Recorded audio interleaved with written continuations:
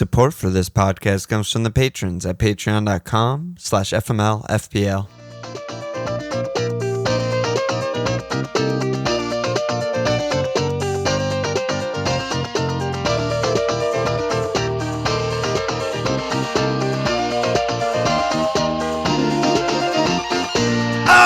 Okay! Welcome to FML FPL Milan. This Walsh. Little morning, okay. So really starting the day. Okay. Yeah, coffee pod. Coffee First for pod. everything. Yeah, it's got to replace all bubblies with coffees, and that's the pod today. How you doing? I'm good, you know. Just dropped the kid off at school. Nice. How was the week? The week that was? Everything's going well over here in the Walsh household. How about you? How are you doing? Yeah, I'm good. Halloween was fun. I had some people concerned on FML FPL Instagram because they thought I actually got bloodied up. But it was What fake. do you mean? It was fake blood. I had fake yeah, blood what all did you- over my head and neck and my wife beater that I was wearing. That sounds very middle school of you. Oh, it was great. I looked fucking gnarly. People were Great. like, what the fuck? How'd you do in FPL? You know, 40, nice 40 spot. No goals from the team. Just Oof. another day in paradise. Love to see it. Just a couple cleans, couple assists. A lot of twos. Some ones. Yeah. Nice. You know, nice job by me. My slow descent into FPL fuck is begun. And yeah, that's about it. Can't do anything right. Gallagher out for Foden. Easy move. How One about of, you? How'd you one do? of the easiest moves. Like, people were commenting when we posted the lineup shit. It's just like, wow, that's such an easy, like, simple move for Walsh. And it was like, yeah. minus 11. Well, I wouldn't have gotten him, so it was really would you just, not have? No, I would have put him. Oh, wow. No, because- Actually, because Duffy, I would have put him ahead of Duffy. And Doug didn't play, so. And yeah, Doug didn't play, all and right. Bumo didn't play. I didn't even realize that until I'm looking right now. Yeah, that's the thing. It was such a weird week where I think most people that I've seen went like 15 deep. I only got 10 men out. I didn't think that was remotely possible going in, but Doug, sneaky injury or illness or whatever. I can't believe Bumo didn't sub on, Aspel didn't start, so yeah, and then the Broja red flag. It's funny, my Kai hit that everyone will remember for captaining Kai in the 7-0 blank, but hits it's not a 1 week thing, right? So I did Broja and Kai in last week for Raf and Wood. And last week those two easily outscored Raf and Wood, and I was like, cool, yeah, I'm like +8 on that, except the Kai blank was horrible. This week, Broja an actual 0, that an impactful 0 because I only got 10 men. So it's nightmare 0. A true 0. A true, pure a Duffy, true like a 0. Duffy 0. A Duffy 0. Yeah. Kai gets 6, okay, gets, fouled with a pen. Raph gets 9 and Wood gets 6. So it's now you're just back to negative. Yeah. Or It's negative. it's just bad now. Yeah. Yeah, the worst thing is when you do free transfers and they end up being huge hits. Because you don't account for that. Yeah. It happens. I mean, it happens. And people always, at I least feel 5 like times a season. Yeah, and people like after 1 week, if it works the week that you do it, I feel like people are just like, that's I'm a it. It genius. was a good move, no matter what happens for the next 5 weeks. But you got to remember, sometimes it lingers. But I gotta say, Jim on Wildcard has been fucking holy shit. He's been carrying me. I mean, I got him on Wildcard. He's got 8, 10, 1 pointer after international break. He played 2 minutes, and then 5 and 9. Why did you let me get rid of him? At the I'm time, going to hold you a little accountable on this one. I would like to go back and listen to the tape. But when did you wildcard? I think that's when you got rid of him, right? Yeah, I think game week 5, right? When he started, right before he got points on every game. Yes. Because I was fucking fuming after Watford and Brenham blanks, and I couldn't take it anymore. I think that's why I let you get rid of him, because I know, but then you bring him in. So I was saying before the season, like I was the only person on him game week 1. Yeah. Just like believe in him, and he obviously was definitely rusty. You know didn't what? look good for the first few, but I like went against my thing. I didn't actually bring him in 6. I'm realizing, because that's why I brought him in. I got him in 7 after the goal at Southampton, because you were like, and my he did a reasoning good was finish, even though the team didn't fucking function at all. Yeah, that was my God reasoning. Was this is the exact guy that everyone else is like, oh, form, fixtures, like all the shit. And me and you are like, yeah, but they look terrible and he looks terrible. And then he plays Newcastle, Villa, Leeds, Everton. The good fixtures keep going and just keeps returning. And that's what turned out to be right. And that's why I got him. Yeah. I think if I wildcarded in 6, I also would have been nowhere near him. Okay. But that's been good. But yeah, torture. I mean, listen. Absolute torture for me this season with him, dude. I only got 10 men and I got 100K green. So you take that every time. Yeah, I mean, it was a super low scoring week. Yeah, no Ramsdale 10, Jim 9. That was the biggest thing, was the Rammers. Yeah. That was a huge differentiation from the field. Getting 10 on a low scoring week from your goalkeeper was massive. And it's a double clean for me with White getting auto subbed in. That game was really huge for me. Yeah. Let me do league updates. So want to remind people that hits at the beginning of the month are not reflected in the league table. So I have to look at your teams individually and see who took hits and dock the people, because some people at the top are no longer at the top. So shout out to the 3. And I mean, that's all the way back to game week 7. So yeah, exactly. So it's a while ago. So shout out to the 4 actually, because there's a tie. Mug League, Prize League winners for October. First place, Sean Whelan, aka Mo Mane, Mo Problems. Second place, Garrett Dute, aka Duta Crute. And third, we got a tie from Ashley Hayden, aka Bruce Benitez, and Muhammad Al Ayed, aka RSFC. Good job by you guys. And shout out to the leader of the FML FPL Public League, Joe Widowson, aka MKM Massive, up to 8th overall in the world. That is very high. He's 8th? 8th. Wow. It never makes any sense. It never makes any sense. How is there anyone that's 8th?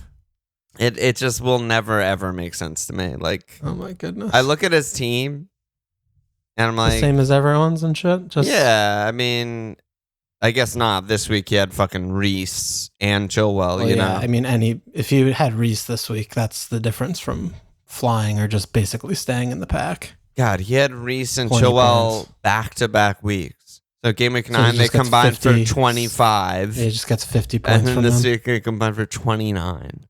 Pretty smart. That's how you go up a lot, I guess. Yeah, good job by him. You know, I was thinking about that because I feel like this is something that happens with double game weeks when we're looking at it. We always like target the attackers, but I feel like we are so stupid about overlooking defenders when we have the elite teams on these, like, because they have this mini 3 game week run, right, of these 3 joke games. And like we were just so hyper focused on Kai or getting like an attacker for a captaincy option against Norwich and shit. Meanwhile, the cleans are basically free. Well, I mean, I wildcarded in Azpilicueta, back-to-back zeros for me. Yeah, so that's... Well, he did start off good for you, though. Yeah, he got a 10 and a 6. 10? And a 6. And then, you know, doesn't play surprise in the 7-0 and doesn't shoulder start injury or sub on. So that's just so bad. But I probably, in hindsight, should have considered Aspil to Chilwell. I don't think I would have been on Reese, so that's not realistic. But Aspil to Chilwell. If you knew Bumo was out, you would have done something. Yeah, exactly. Or Doug Luiz even, because I would have been like, I'm really thin. But Dino totally frauded us on that one. Yeah, he did. 0 word whatsoever about that. And Dino's been frauding all over the place. Yeah, both on and off the pitch, both in the pressers and on the pitch. Yeah, and I mean, Bumo was definitely, you know, Frank kind of was like dropping breadcrumbs for us, and then he just fucks us right up the ass. I mean, they're down. Down 2-0, 3-0. It's like I mean, he wasn't playing Man City or Liverpool here. I don't know, but whatever. Fucking bullshit.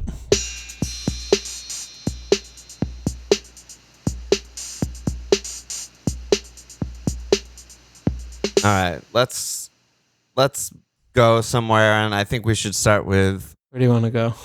Crystal Palace. Oh my God. So late riser's question. He said, I'm coming in early for the questions. Can we have a long Crystal Palace section given the fixtures? FPL options and defense mid forward. I'm looking for a nice Walsh section here. Vac said, what do we make of Conor Gallagher? He's clearly a totally different beast when Millie isn't playing. Can we expect him to keep this role in the team? And then I just wanted to read the fixtures for people because, you know, some people are driving and shit, but it's home Wolves, away Burnley, home Villa, away Leeds, away Man United, home Everton, home Southampton, away Watford, away Spurs, home Norwich. So just like takes you right to January 1st. So good. An insane run.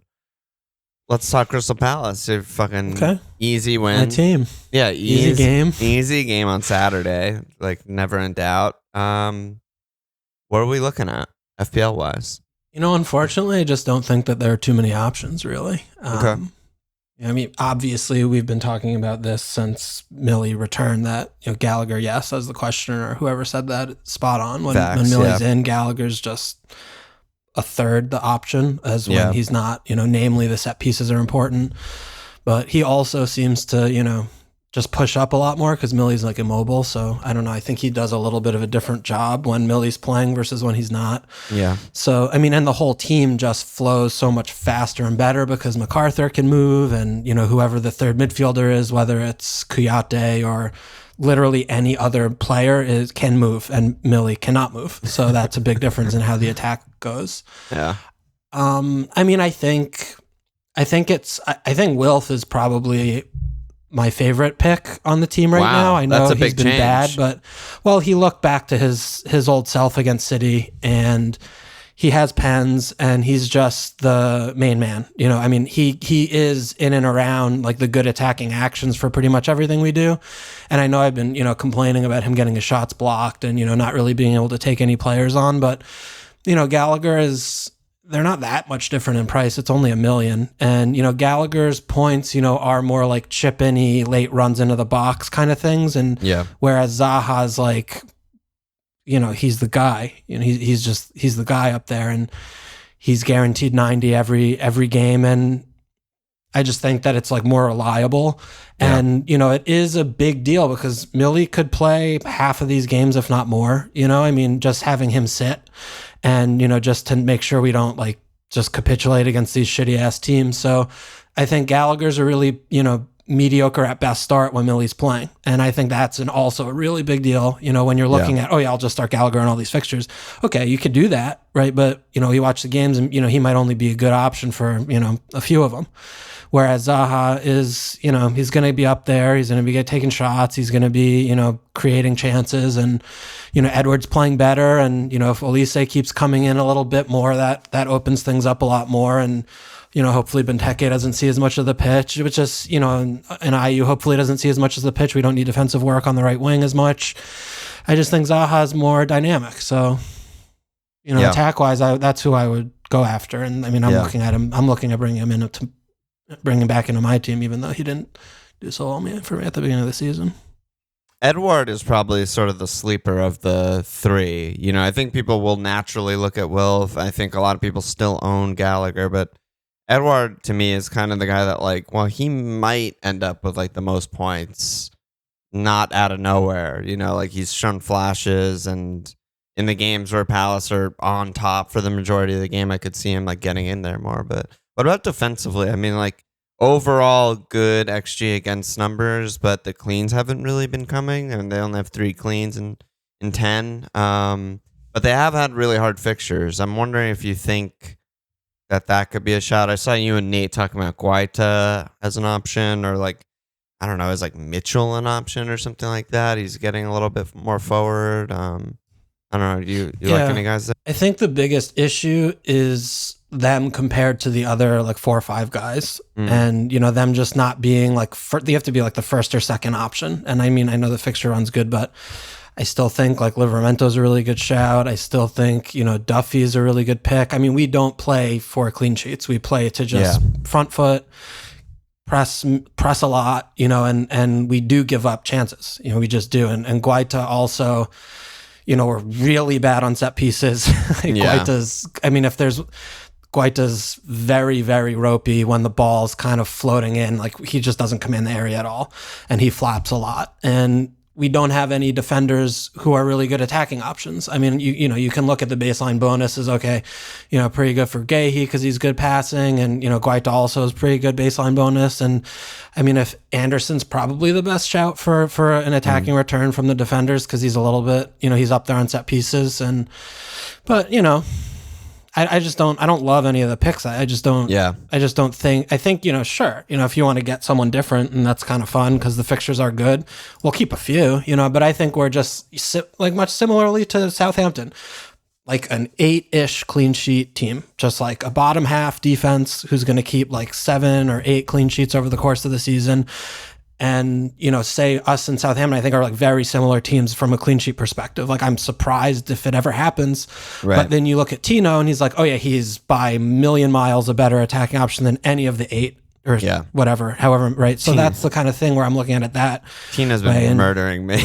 Yeah, I mean, he returns every game. And then, even Duffy, I mean, right, sure, we could talk about maybe there's a little risk. I mean, Burns out, but, with Webster back, sure. But, their fixtures are pretty good, and they play fucking 20 defenders, and they just they're a top half defense. So I think those are the kind of things that I think about when I look at the Palace defense. But you could do worse, and it's fun. And also, I mean, White also, right? White's still fucking 4-4. I mean, Arsenal are a top half defense. So I think that's the biggest concern I have there. Just like, why would you be picking them over insert like 4 other players on 4 teams who are just objectively better defenses? Right. I guess the fixtures, maybe they rotate better in your team. Okay. But I wouldn't expect the world. I don't expect us to rip off like 6 cleans and 10 just because we have good fixtures. Yeah. I think I mostly agree. Okay. And I think your Edward, I like the Edward. I mean, 6'5". Yeah, 6'5". He's just either like left wing or center forward every game. It seems like now he's like pretty much nailed in the lineup, I think. And I mean, he's only had a few starts. I mean, the one thing he screams to me is just lack of composure. Like, he's just in the box in the final third. He does really good build up, really good like interchange, really good progressing the ball in the box. He just kind of like come on, dude. Yeah, like that's sort of what he keeps doing over and over again. He just seems to me like the guy of everyone that we just talked about that, like, if they're gonna have a run of 10 games where they're actually good, it's right now. I agree. Like, if someone wants to take that risk, or someone hates their forwards, or whatever, need to replace fucking Broja or whoever the fuck, it's like not the worst punt in the world. Yeah, he's only 6'5". Yeah, he's only 6'5", and he certainly nailed himself. So that's good. Thank God. Holy shit. Yeah, means less Benteke. Well, I was looking back at Palace because the first 2 games of the season, the lineup was all wrong and weird, and Gallagher wasn't in yet, and Gallagher couldn't play against Chelsea, and blah, blah, blah. Since then, Palace have only been shut out once, and that was at Anfield, and they were still, like, good and really dangerous in that game. Like, it's all we do is attack. Yeah, it's I think we're the top pressing team in the league. It's a really bad fixture. If your defender's playing against Palace, like, they're probably not keeping it clean. It's a really, really bad fixture, which is crazy. Yeah.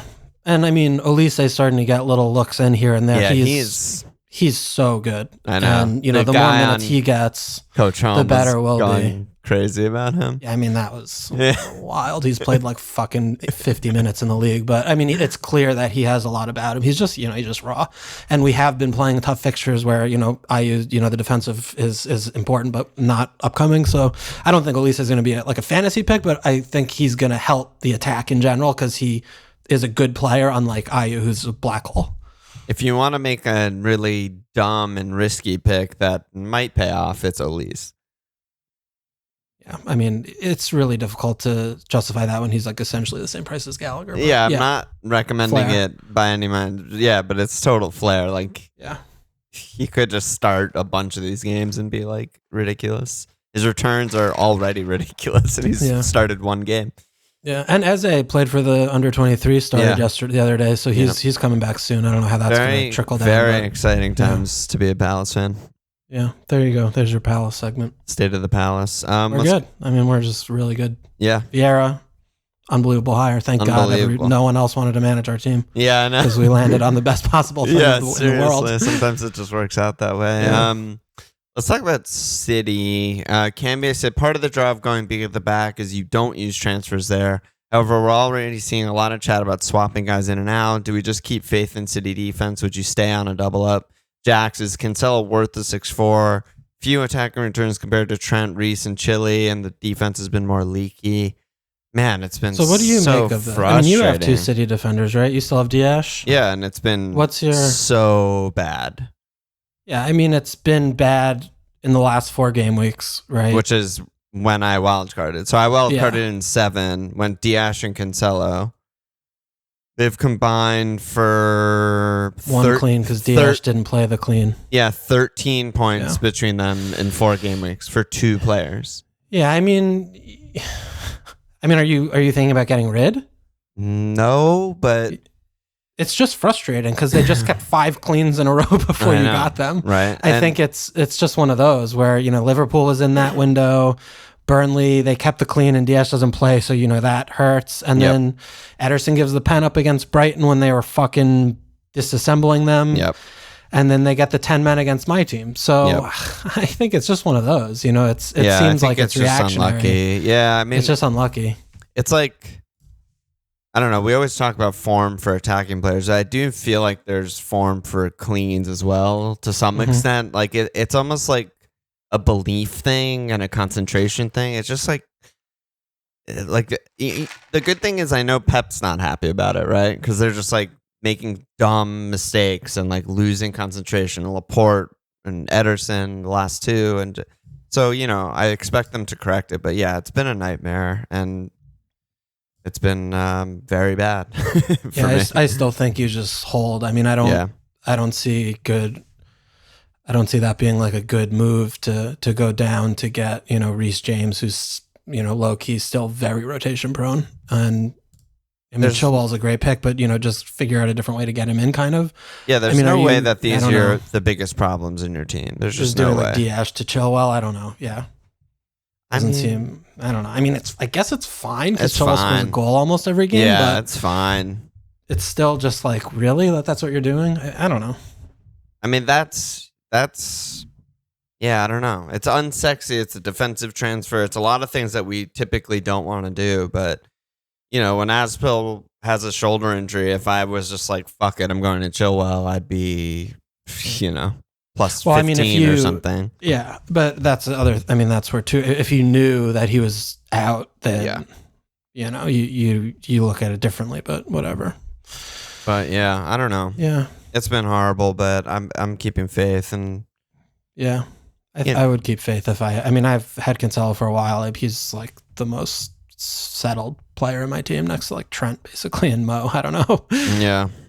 And and Foden's still good, and there's not really anyone else in attack that I want. So yeah, same situation. Nothing's changed with City, I guess. I mean, every passing game, my grin gets wider about my Kevin assessment from like a month and a half ago. Yeah. I mean, he gets ripped off as the worst player on the pitch, first sub. Rough. Yeah. He's just been objectively bad. Yeah. He needs like months off, maybe. I don't know. Like that kind of vibe. Yeah.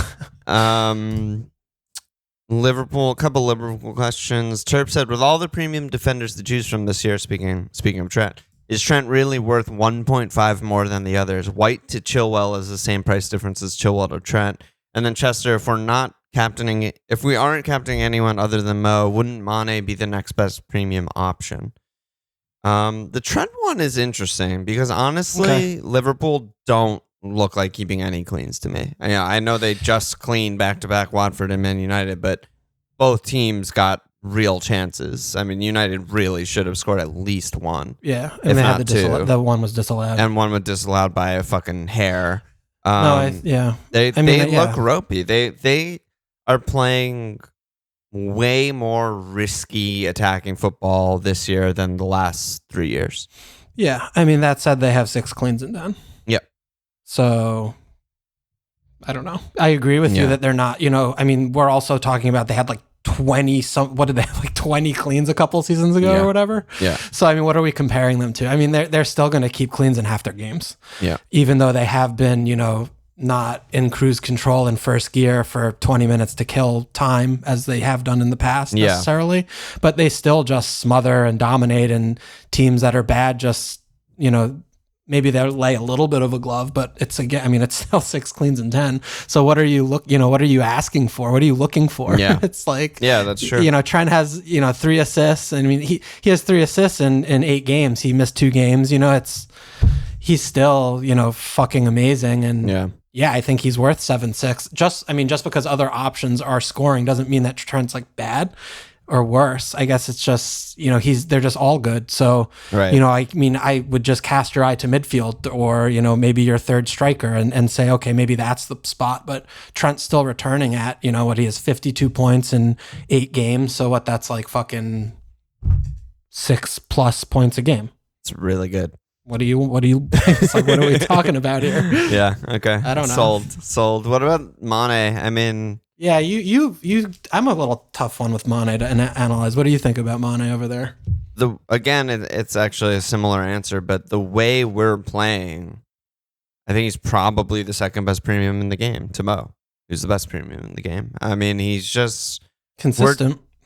Yeah, so consistent. Like, he's getting really good regular chances. He's playing more of the like final action guy than I think in some seasons past, where he was doing a lot of the Robbo overlap or they never build up inside. on the side anymore. They never build up on the side, and honestly, Robbo's been he's been horrible. He's been his worst season but compared for to Liverpool. Yeah, and. Yeah, Mane just keeps being like the guy that finishes the move or the guy that gets the, tap in or the guy that gets the pull back and he's in a really good spot and he's just scoring so many goals. He has 6 goals and an assist already and he's probably underperforming his XG. I mean, I think obviously at West Ham's a bad fixture, home Arsenal, okay, but after home Arsenal, they have a really good long run. AFCON will play a role. Him and Mo will miss, I think, at least 2 games. Happens. I mean, who knows what's going on with that? Who the fuck knows? But yeah, I think if you're going to premium and it's Mo and Mane, I think you're doing absolutely fine. Like, I don't, Yeah, I mean, the one thing with Mane is, though, and it really does add up like significantly. I mean, he has 7 returns in 9 starts. Zero bonus points on the season. I mean, you think of a play like, imagine if Jim had 7 returns in 9 starts, he's getting an extra 15 points. Yeah, I mean, minimum. Jim has 5 returns and 7 bonus. Yeah, and I mean that makes his he's returns more. He gets these 1 goal game like very consistently. Yeah, you're going to be happy with a return a game, but. When he's really capping off, he hasn't had more than 8 points in a game yet. It's so crazy. It's nuts. I mean, he does too much. So, the bonus point system doesn't like that because it's fucking a nonsense. It's fucking bullshit, stupid shit. But awful system. That's I think that does factor. It hurts him. And, he's been close to getting those double returns, but this is like Mo of yesteryear where if he doesn't get a double return, he doesn't get bonus points. And now Mane's just taking that mantle over. And I know, the captain was part of the question, but it still rubs me the wrong way to spend 11.9 on someone and you will literally never captain them because he plays on the same team as Mo. Yeah. Yeah. So if the fixture's ever medium to good, you're capping Mo. Yeah. No matter what. I mean, we see this today after, Mo just had 4 returns and he had an assist and he had these goals chalked off. But fast forward 3 or 4 game weeks, who knows, right? Yeah. We might be like, I'm okay, Mo's having a dip. Like in this good fixture, they have a bad fixture. So, you still do want to be flexible and not. Yeah. So, if you're going to go with a second premium, I agree. But still, Mane, it's fine pick. Totally fine pick. Fine pick. I don't know if we want to spend any time on it, but somewhere I'm also looking for premiums is Spurs. I mean, the plan was always kind of... Why wouldn't we want to spend any time on it? Well, just... sorry, I meant we don't have any questions on it, and it's a lot just like speculation. We don't really know the lineup Conte's going to choose, et cetera, but... Well, we know Kane and Son will be in it. And what I was going to say is I always hated the 9 and 10 fixtures. Going into it, I hated them as a Son owner. Recommending people Kane and Son, I was always like, I hate these fixtures.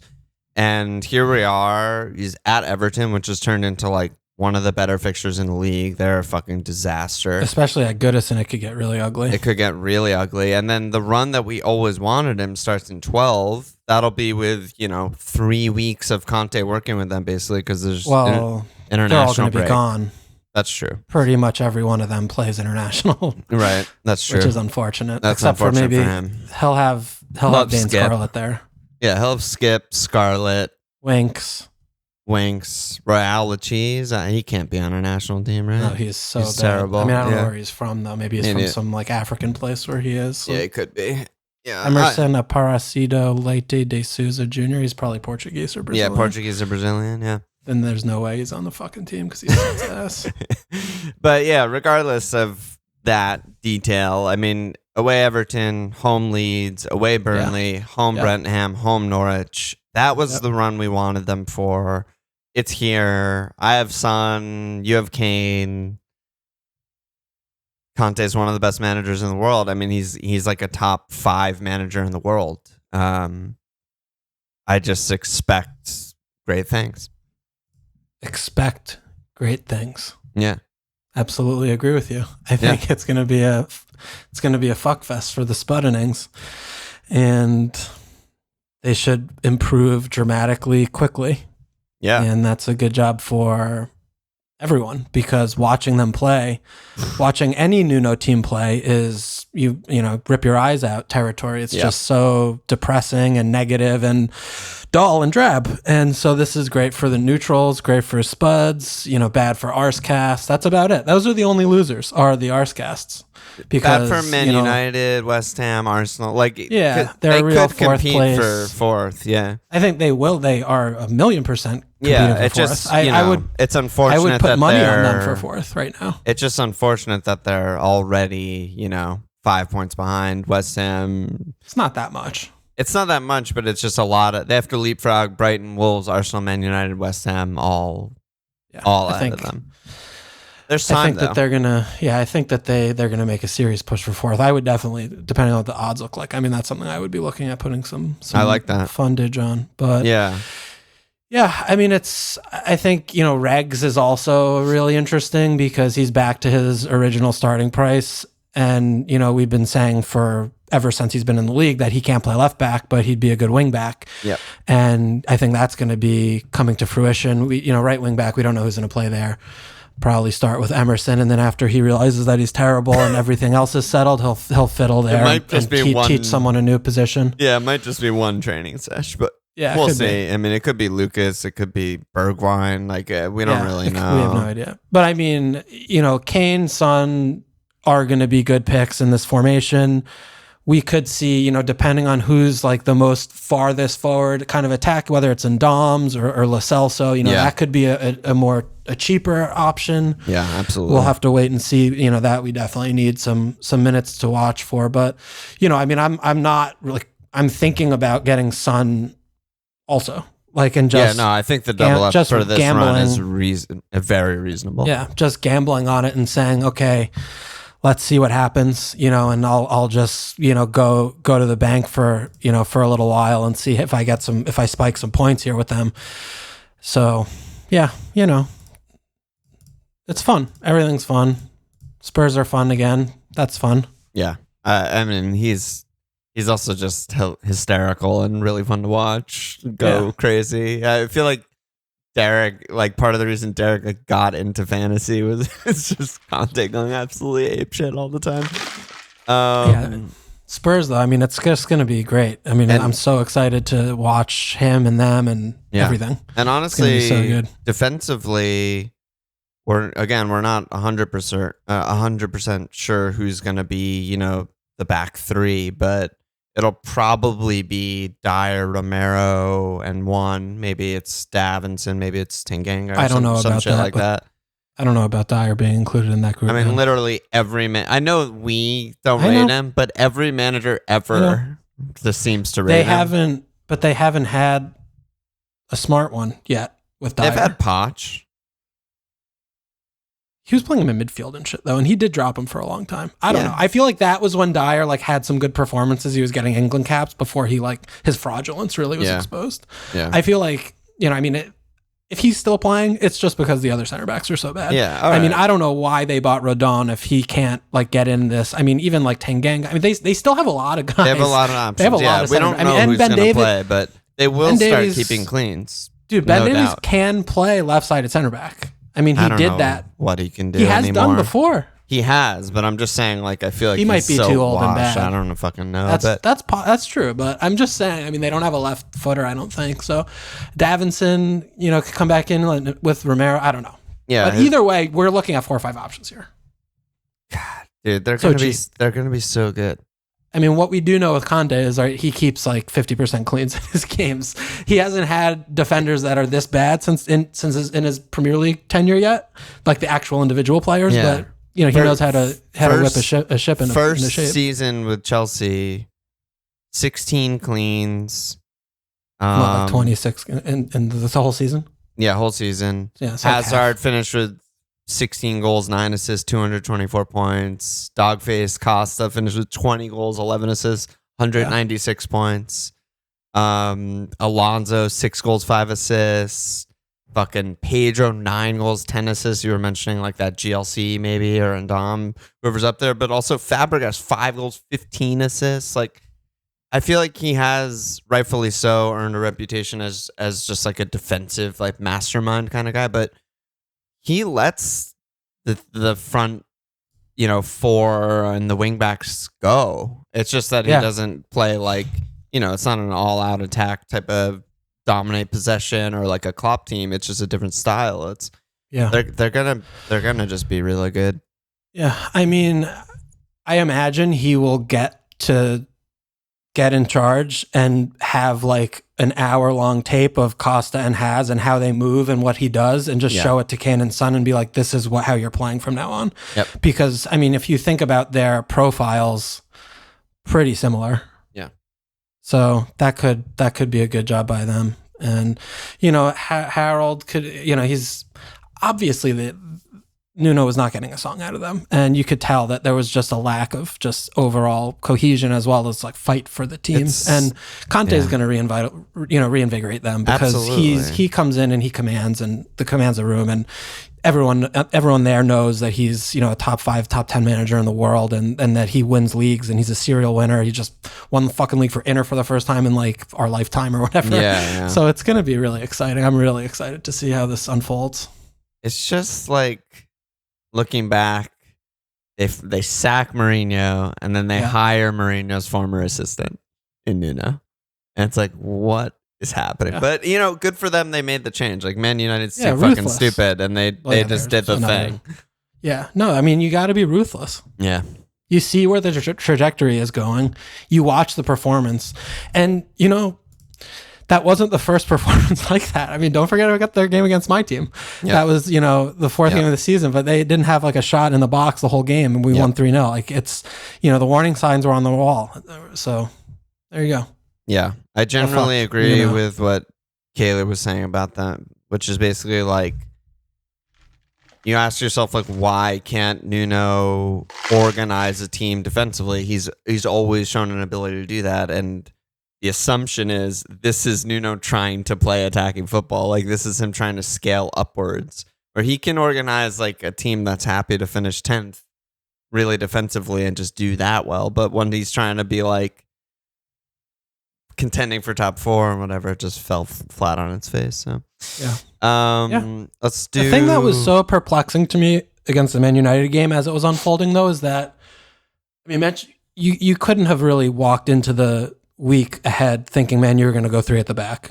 But when they did, Nuno has played that formation for his whole fucking life. Yeah. And the team looked like they had absolutely no idea how to attack it or what the fuck they were supposed to be doing for 90 minutes, which is insane. And it didn't get better after halftime. Nope. I mean, fair play to Spurs for firing, because the best move they've made all season. Yeah, absolutely. Yeah. Anything else, or should we just jump to questions? We got some questions. No, I think we could roll to questions. That was a lot of action. Yeah, so Bear said, how do I escape what has become the misery with both Kane and Vardy as my strike pairing? Both the front of terrible misfiring team, but allegedly good fixtures coming. Thoughts? And Jeff D said, I'm in the same uncomfortable and regrettable position as my colleague Bear. Is Alba an option? He has Watford and Newcastle home, 2 of the next 3, and neither of those teams have kept it clean all season. So we don't need to talk about Kane. We just talked about Kane, but I mean, I feel happy that we both talked our way into dodging Vardy. Yep, very happy. I mean, holy shit. 1 point. Last 2 games. Leeds, Chelsea, Watford, Southampton next 4. You're just trapped into holding him, obviously. Yeah. If you can bench him against Chelsea, I think that's a genius thing to do. I mean, it's after the international break, so who knows if that's a possibility. But Leicester have been consistently bad all season. Their performances have been consistently bad all season, and Braj is chopping and changing like he has no fucking idea what he's doing in his job. And Daka looks like a better player than Vardy right now. Yeah. So, I don't know. Yeah. Doesn't look good. Obviously no one's buying, even though they do have this good run ahead, but I just feel like you're not really playing the game right if you look at, Leeds, Watford, Southampton, 3 of the next 4, and you're getting rid of him. Yeah. That's I feel like you're just kind of trapped. Bro, just managed to make them worse every season. Like he came in, did great. Yeah, they were fair. Fucking legitimately great. They were good last year, though. They were good last year. They got a lot of like hot finishing and stuff like the Iheanacho stuff that kind of carried them. They still ended up blowing the 4th place, even though they were there most of the season. And then like this year, they're just like significantly worse and not getting the hot finishing. It's like the double whammy. Yeah, well, Vardy's been giving them hot finishing, but other than him, yeah. But this is also, maybe him coming back down a little bit because he did have fucking 7 goals in 8 games or 7. No. Yeah, so I mean, do you see it any other way or no? I mean, would you sell Vardy ahead of these fixtures because of how bad the team and he has looked? I don't think so. I mean, like Jeff mentions Alba, like I'm not enthusiastic enough about Alba to ever make that sale. And like, yes, he has home Watford and home Newcastle 2 to the next 3. He also has away Liverpool. And he just doesn't seem like a high ceiling player to me. I mean, even though he's kind of been consistent, he'll get his 1 goal or whatever. I just am like, I don't know. Are you gaining a lot of points there? It just doesn't seem good to me. I would Vardy rather to Kane is like a little bit more interesting, to be honest. You got to find $1 million to do that. I mean, I think if you are looking to move Vardy on, you got to impact a second spot on your team significantly. Yeah. And I don't think, maybe if that 0.8 gets you like the little extra you need to go from like a 4-5 defender to Chilwell or something, okay, maybe that's a good job by you, but I don't know. It just, I'm not sure. The team context matters, but going to whatever. You're spinning your wheels. You're just pissing transfers into the wind. Yeah. Viking said, why does it seem like mostly rational decisions getting punished lately, and how do we deal with this? For example, going Kai over Mount, getting City defense, getting Tony. Is it too early to go rogue? It's never too early to go rogue. Never too early to go rogue. That's just going to be our motto forever, you know? Yeah, but it's if you're boring, if you do the boring thing over the course of 38 game weeks, you'll come in the black. 1,000,000%, I promise you. When you look at anything over a 3 game week sample size or 3 little decisions when they're, closer to 60-40s than like 90-10s, which is pretty much always the case when we're making these kind of decisions. Yeah. The chances there's always that chance that, you just come in the red for a little bit. So, but I still think, you have to figure out what kind of manager you are or whatever. And, if you're seeing something and you're not liking something, like with Vardy, if I own Vardy, I might get rid of him, but I wouldn't advise someone like just an objective standpoint. But, if I put my emotions into it and I'm watching him like do these dumb, be bad and watch the team be really bad, then I'd be like, okay, well, I'm going to click the buttons and see what else I could do. So, that's the bottom line, right? I think so much of this game, this fucking hellhole of a game, is like deciding how you want to play and what enjoyment you individually get out of it. Like, I basically manage my brother's team. It's not hard to finish like top 100K. If you really? Hard for me. No, it's not though. If you played a way that you didn't like to play and didn't get enjoyment out of, you would finish top 100K. the way that we play on hard mode. We play on fucking brutal mode because we like to get the guys we like. We like to do the flare thing. We like to cap whatever, but like if you really your only goal in life is like I just want to get the highest OR possible, you do the most obvious, the most boring, the fucking most ownership, the most template shit, you kind of just like fall in there. You need a little bit of luck maybe here and there, but like that's generally how it's been for me. I spend 5 minutes a week on his team and it's just like I just coast, but I think the way we play is more fun, certainly for us, and it's more interesting. Fun.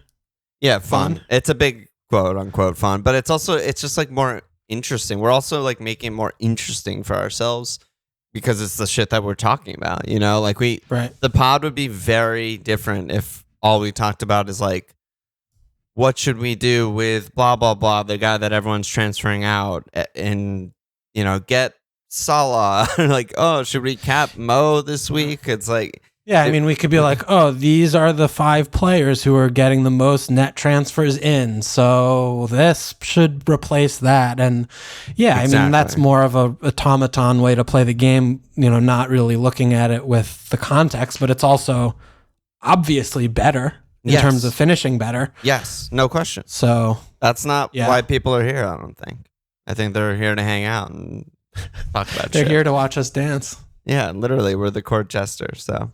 Okay. Dance monkey. Yo Bill said, what in the heck do we do at the forward position? Everyone is sucking ass.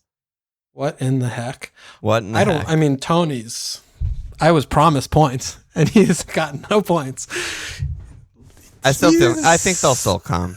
They should come, but I mean, he low-key has returned in 3 games this year, and he's played 10, and that is very bad. He has played every minute of every game.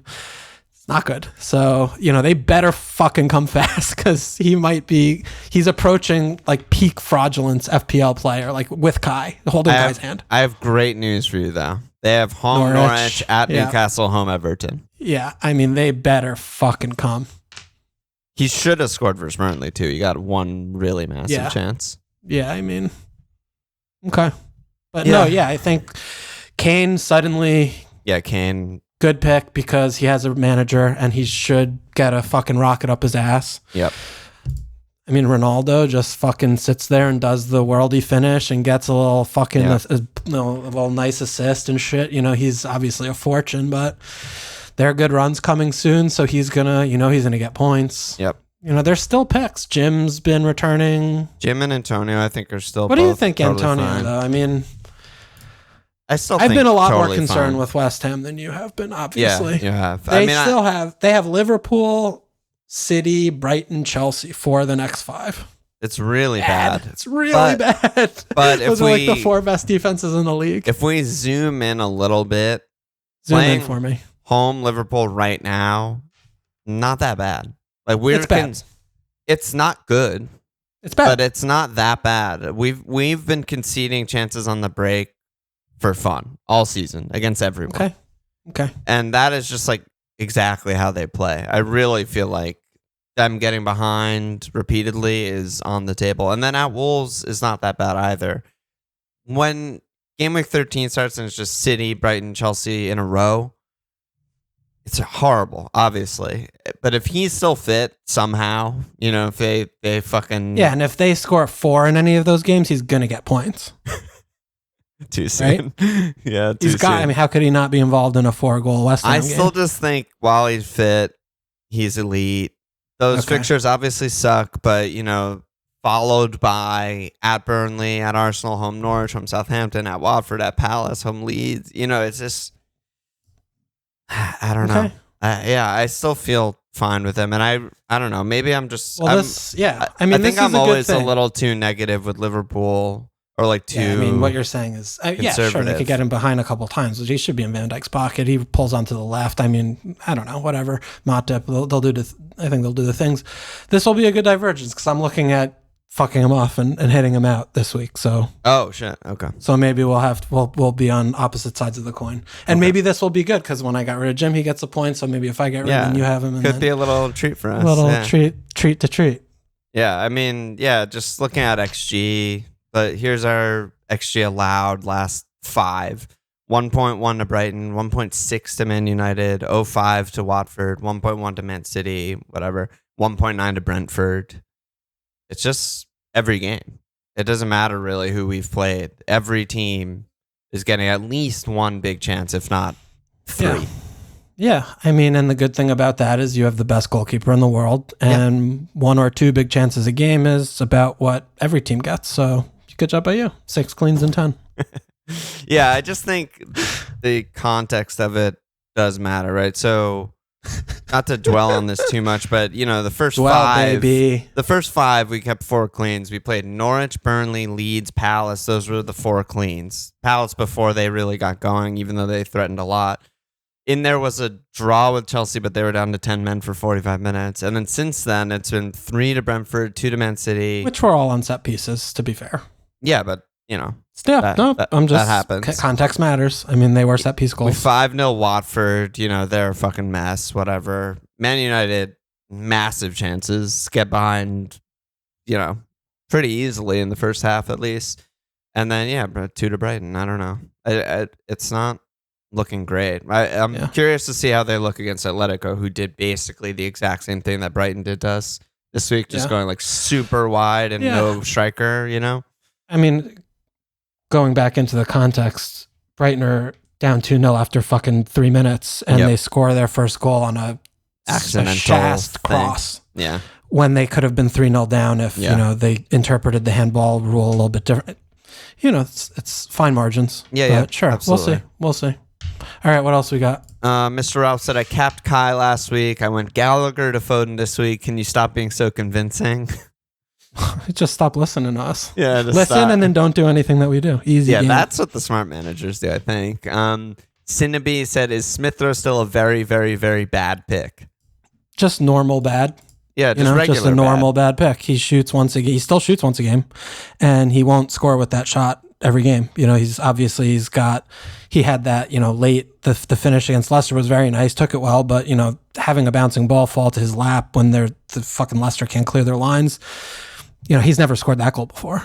And, he got the assist on the corner against Villa, which contributed to his huge haul. He's a very much a 5-6, 1 in 3. Yeah, 1 in 3-ish, 1 in 4 returner. It's hard to be very, very, very bad when you're 5'6". Yeah, and I mean, again, it's a lot more born out of his position. Like we liked him more last season when he was playing that true 10 role, right? And now he's kind of playing a little bit wider and just not as involved. So he's in real life watching them. He's very important, very very good player about progressing and in their attacking actions. But he's just you don't want to start him every week, and they have like some tough fixtures, and I don't know. I just think he's not that good. Yeah, he's just not that good a pick. I still fully agree. Yeah. Bear again said, what are your thoughts on Brentford? Is it as simple as Raya's out and their goalkeeper defensive situation significantly worse? Do you think that's going to play more, that this is going to play more open and no longer the defensive powerhouse they've been so far? And Kenna got a hell yeah followed up, and he said, is it a good time to jump on Brent and MD because they're fixtures? Or do you guys still vibe with Pinnock? I was looking at one thing that I noticed when I was kind of looking at the week's results and that stuff. Well, 2 things. One is that it's kind of funny to me that they got absolutely obliterated by Burnley, because I just think that has to happen to every new manager in the Prem. I just think that's just rite of passage. That's like a rite of passage. Yeah, it's like you're hazing to get into the fraternity of the Premier League is get fucking diced once, because they got absolutely long ball and fucked. Yeah. Every which way. The surprising thing, though, is like they didn't know it was going to happen or something. Like Burnley play one way and have done so for 5 years. That's what I mean. I feel like you have to experience it, and I don't know why. Like it happened to Pep, it happened to Klopp. Like it doesn't matter the level of manager you are. It's just like, what the fuck is this? Before now, Pep and Klopp just beat them 3-0 every game. But this was the third game all season, 3rd out of 10. That Brentford have had 50 or more in possession. They drew 1-1 with Villa, 52% possession. They lost 2-1 to Leicester with 55% possession. They got massacred by Burnley with, 58% possession. We kind of talked about this a couple weeks ago when everyone was sort of getting Mbumo and getting Tony and stuff. Is that like, yes, the fixtures are really good, but we also don't really know what they're going to do with them. Like, we don't know what they're going to be like when they have all the ball, when the onus is on them to create, and it's not just Tony and Mbuma on the counter. And so far, not so good. You know, what remains to be seen. Well, they didn't have Bumo this game, though, which they is didn't have a Bumo, huge problem, because he's important. He's like their, most threatening player. Yeah, absolutely. So that's very important. I'm not going crazy. I still expect them to like beat Norwich and Newcastle, but it'll be very interesting to see if it's like a very grindy 0-0 or 1-0, or if they can actually like score 3 goals and create some chances. Yeah. So I'm still sort of like, I don't know. Defensively, I mean, Raya's been incredible for them. So that's very bad.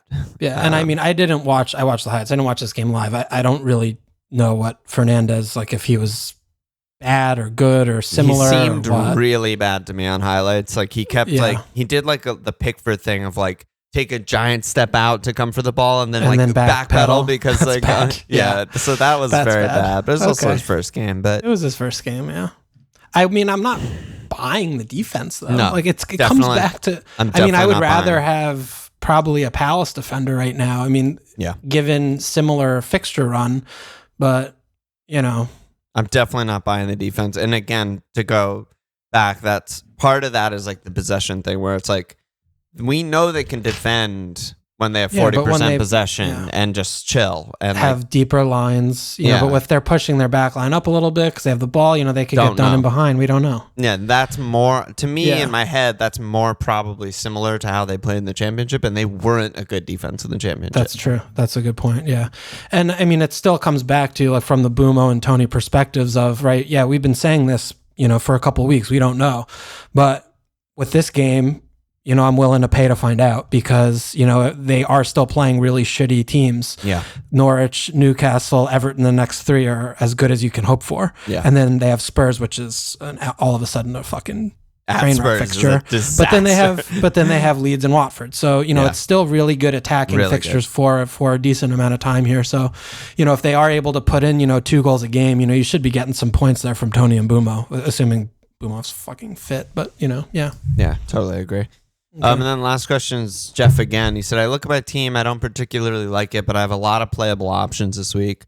Can't decide if saving my one free is too passive or if saving leading up to an international break is good. How do you go about distinguishing when it's time to be patient or get aggressive? So, which I think is really the part of the question that matters. And I don't know if it's answerable. I just thought it was kind of interesting because I feel like the past 2-3 weeks, we've both kind of like run into that a little bit where we're like, because we were very aggressive with Kai and, got fucking destroyed by that, but the 7-0, no returns. And then we were more, very lucky to get 3 this week. And then we were much more passive with, guys like Chilwell Reese or Foden. Like we were late to those. And that was bad. Late. We still don't have any of the defenders that you just mentioned. And I only just got Foden. Yeah, we're fucking not on the bus. Yeah, we're not on the bus. So I don't know. It's interesting. It's an interesting one. I don't know how to answer it. I just thought it was interesting and relevant to us. Yeah, and it's, as always, the context matters about what players are you talking about and, who are you targeting to replace them with. I think you just have to do a gut check and, see where you think the points are going to come and, what's going to set you up better. I mean, in terms of saving ahead of an international break, it's objectively always better to have 2 frees than 1. But, if you're going in the international break with, a good deep bench, then it's not as important. Or if you have a good squad, then it's no fucking different than another week. Sure, you might have one injury more than, or whatever, but, you still want to get, there's still this week, you still want points this week. Yeah. And, points in the hand are better than points in the bush. So you do the things that are going to get you the points. And if you're seeing something that you don't like and you're seeing some other things that you like, then you click the buttons. Yeah, I agree. Okay. Let's go to our teams. All right. Well, we have Champions League coming. We have Champions League today because we're doing a weird morning pod, and tomorrow, and European Conference fuckfest. Who knows? Yeah. So I don't know. I have 2 frees. I have 0.6 in the bank. I'm chilling. Like I'm not. You're gonna look till later in the week to figure it out. I always do. I mean, I feel like both of us pretty much always do.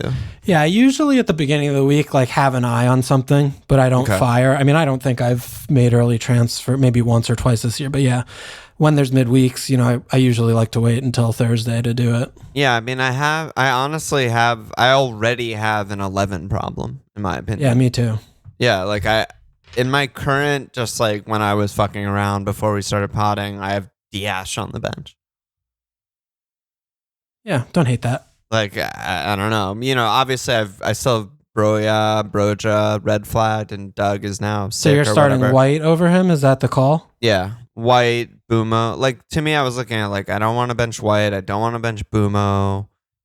Kai and Son are not a question. Don't want to bench Antonio. Obviously I'm more negative on Liverpool's defense than you are. Maybe that's the bench. Don't want to bench Jim. Don't want to bench Asbill. I don't know. Just a lot of good fixtures. Yeah, I mean, I'm similar. I have right now I have White and Livermento on the bench. Home Watford for White, home Livermento, or home Villa for Livermento. Yeah. So I want to get Duffy in there. Home Newcastle looks like, a banker. It's tough, yeah. Yeah, it's a tough one. But I think White home Watford is really good. Like I do expect a clean Watford there. Are a little schizo. I don't know. I do feel like they have a lot of pace that they can get in behind, and I think they did look a lot better. I mean, Watford was a real run. The team he picked was ridiculous, and it was predictably non-functioning, and they looked a lot better after half when he put a normal team out. So you think he might have gotten one out of his system there, Tinkermanning, in the first half, and when they have the good balance and they have the right number of counterattacking forward options and not like all of them and no midfield. I feel like that it's a don't get me wrong, very good fixture, but it's not like a home Newcastle, I think, but home Watford for Arsenal, the way they've looked, is certainly a good one. Yeah. But yeah, it's tough. There are a lot of good home clean fixtures for the cheaper teams for sure this year. I mean, especially like Brentford or home Norwich. So if you do have, Pinnock or whatever, you want to get him in there. Yeah. And it's a tough call this week for sure. All right. Well, let's wait on our transfers, then we'll do that on Patreon. Well, I am looking at a hit. I'm looking at Spicy Meatball about doing Antonio and Kai out for Son and maybe Edward. I'm fucking done with Kai. Wow. Yeah. I'm watching him take weak shots from outside the box and just nowhere near it against Burnley. I'm just like, we got scammed. Complete trap. Absolute trap. And I don't think home Burnley is a good fixture for him, because if he's not countering, he's not in goal scoring positions, and I'm not willing to. I still think home Burnley is a great fixture. Yeah, I don't. I just don't. I don't think it's good, and I don't like the Antonio fixture, and I just want to I think more importantly, you don't like the next Antonio, run 5. Yeah, no, I mean, if he had good fixtures, I would be like, fine. Yeah, I just wanted to clarify that it's not just the one. No, and we've been in and around this topic for a little bit, and he did just do the Tottenham game, and we're like, okay, he did score in the bad fixture, but then they just scored. I'm still looking at the double fixtures. Hockey assist for Villa, yeah. Yeah, I'm just still looking at the fixtures, and I'm thinking, like, really, okay, he's fine. Like, he could still get 1 or 2 goals in the next 4 game weeks, but it's not fun. I want to have fun. As we mentioned, if you're here for quote unquote fun, you're in the right place. If you're here to fucking cruise to 75K finish, you're in the very wrong place right now. Yeah. But yeah, I mean, that's a cool hit. You get a pallet, get Edouard in, go double fucking Spurs before this run. I mean, at Everton has turned into like one of the best 5 fixtures in the league. Attacking wise, it's right now until Doucouré's back. Yeah, right now, unbelievable, ridiculously good. Yeah, it should just be like the Kane and Son show. It's hard to imagine anything else. And then obviously following that up with home Leeds away Burnley is also fucking amazing. So it's fun. So I want to see if anyone gets hurt, but if not, I could just do some fun clicking. Yeah, and I'm just sitting here, red arrows. Normal bad at the game, and I'm just like, maybe I just am not good at being good, and I need to just be a wild man. Because when I was doing wild shit like captaining Bale hat tricks last year, I was having fun and getting green arrows. I mean, this is almost like a larger topic that I don't know. We need to spend more time on at some point. I definitely brought it up a lot on the week where I was wildcarding, when I was like explaining my team. Or sorry, It was the week after I wildcarded, when I had the good game week and everyone was asking about it. Yeah, because you had like Son, he was in no teams. You had a really different. And a lot of what you just said is basically where I was at, where I was like, I was just trying to like get back to when I wasn't terrible at FPL, which is a while ago now. It's years ago, but clearly having a podcast and, bouncing ideas and all of this kind of shit was just very bad for our overall ranks. Because you used to be extremely consistent and good. I used to be pretty consistently solid. Worse every year we pod as we watch more games and know more about everything. Yes, we've gotten much worse. And like talk more and read more and listen to more. We just get worse. And we're just bad at like, getting through the noise, figuring out what's real and what isn't. And yeah, so trying to go back to your roots, I'm in favor of when it comes to you and me. For sure. Yeah, I need to start taking more hits, period. Because when I started like saving and all the time and, that was the beginning doing a of move the end and floating. Yeah, I don't know what I'm doing. When I do that, I just don't know what I'm doing. And when I'm looking at things more just like fuck off, come in, fuck off, like this, that, week to week. That's really how you play. I'm getting points in, and that's what I'm better. So I need to just come back to doing that and just being more psychotic. I just want to shout your ranks out because your history is actually really fucking good, and I feel like people who've started listening in the last 2 years have no idea that either of us have ever had good finishes. But this is Walsh, 42k, 4k. Well, first context about the first season I played. I had never watched season. Yeah, I've never watched a game before in my life. I didn't know how the rules worked. You wildcarded game week 2, right? Because I didn't know how the game. I didn't understand any of the mechanisms, and there was like a double game week. I had like none of the players because I didn't understand. That was the year when there was like the Benteke double game week with Chelsea, the first game week, and I had like all these fucking idiots, and like I had players who didn't play and shit, and I thought you got a wild card every week. Or something. I don't even know. So, yeah. So 42k with those circumstances is still incredible. 4k, 16k, 16k, 23k, 25k. Like so consistent. 300k. Yeah, and then 396k, 332k. Which is, and crazy. I mean, it has gotten progressively more. Like the game has gotten harder as the years have passed because there's more players and people are being spoon-fed information a lot more. Yeah, that's true. But I mean, I used to be good and now I'm very not good. So here we are. It's weird. All right. And then caps, we actually got some questions. So Ozzy said Cheeky and Boomo cap this week. What do you say? Dewitt said new manager bouncing against the awful Everton D. Is it a good process to go Son or Kane cap or just dumb to pivot off Mo? And Hardly Boy said, are the Chelsea wingbacks the best captain option this week? So yeah, Chelsea's home Burnley, Boomo's home Norwich. And Spurs aforementioned are at Goodison. Yeah, I mean, unlike last week, there are actual good, really alternative captain options. I'm still going to stay on Mo. I obviously at West Ham's like the worst fixture of all of these ones that we're mentioning, but bad. He, could have just had another 15, 18 pointer. I mean, he was in and around. Would have had an assist on one of the goals that was chalked off. He almost scored himself. He was kind of bad, which is funny. His touch, he was a little loose. In the face of like form, what is form? It's kind of funny that he was just like kind of bad. Yeah, but it's still Mo. I mean, I still think, how quickly we forget he's still returned. I mean, it's, he just had 4 returns against Manchester United and everyone's like, perma cap and shit. And now, one game where he doesn't get double digits and everyone's like, wait a minute, look at this one, look at that. Captaining a Brentford player is fucking insane to me, even if they're playing North. They could be playing fucking Preston. I wouldn't captain them. I think at Chelsea wingbacks maybe a little bit more interesting just because, the clean look. Cornet, I don't know. Burnley have been scoring. I mean, I'm not sure. I just think it's Mo. Maybe Kane and Son. It's a big leap of faith there. First game, sure. He'll have the conference game. Second game, they should be up for it, and it's a really good fixture. But it is away. And we still haven't seen anything from them yet. So they might just kind of struggle a little bit to figure out what they're supposed to be doing because Conte will have been there for 5 days. Yeah, I just still think it's Mo. I have it on Son right now. Okay. Don't really know where I'll end up. I don't. Okay.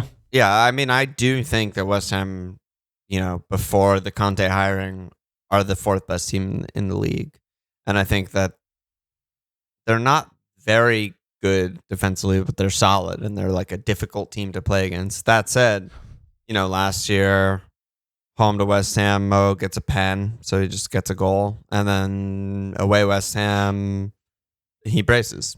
Neither of them are pens. And he has 7 shots and just like easy 3-1 destruction. So, like you said, it's very easy for people to. And that's when they were playing 3 at the back. Yeah. Right. And they were better defensively.